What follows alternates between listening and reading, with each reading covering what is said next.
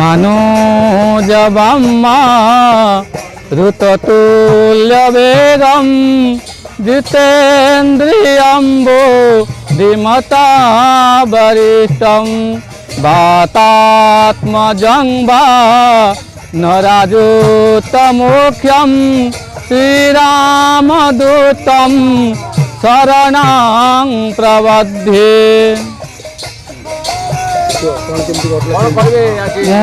पंचमी हनुमान पूजक अभिराम पंडा ए पंचमी हनुमान जन्मवार्षिक 13 वर्ष 13 वर्ष है जन्मवार्षिक पूजा चालू अच्छी ए 13 वर्षर प्रथम दिवस रे प्रभुंकर अंकुरारोपण कार्यक्रम आरंभ होता। द्वितीय दिवस रे कलासी दिवस एवं यज्ञर सूर्य पूजा गो पूजा गुरु पूजा द्वितीय दिन पूजा कार्य संपूर्ण होता। आज ये यज्ञर अंतिम दिवस पूर्णाहुति दिवस। यही पूर्णाहुति दिवस रे बाबांकर पूजा कार्य बहु आडंबर चालू अच्छी। महान विद्वान पंडित मानकर यज्ञ कार्य चालू अच्छी। प्रभुंकर 11 जन्मवार्षिकर आज हूँ अंतिम दिवस। ये अंतिम दिवस रे पूर्णाहुति दिवस। पूर्णाहुति दिवस रे बहुत विद्वान पंडित माने पूजा कार्य चालू रखिते। आज भक्त मानकर बहुत समागम होती। भक्त मानक पई प्रसाद सेवन चालू अच्छी। भक्त मानकर सहयोग सहकामना रे ए अनुष्ठान आज की 13 वर्ष पदार्पण करिछि।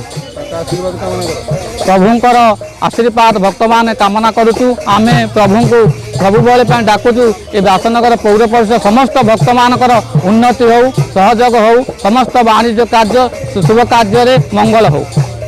आज को 13 वर्ष है अनुष्ठान चलुची।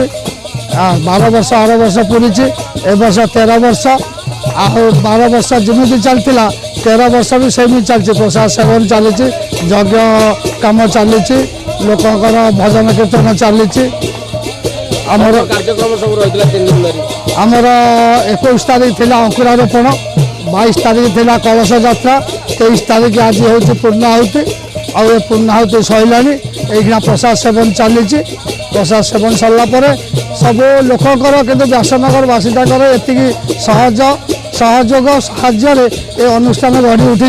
से व्यासनगर बासिंदा को मोर बहुत बहुत धन्यवाद।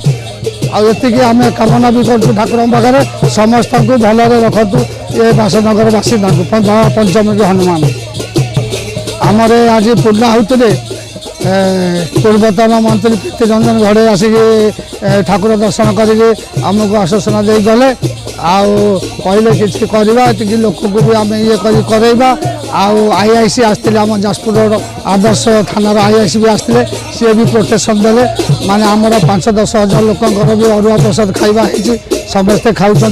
या समस्त साहाय्य सहयोग अनुष्ठान गढ़ी उठी।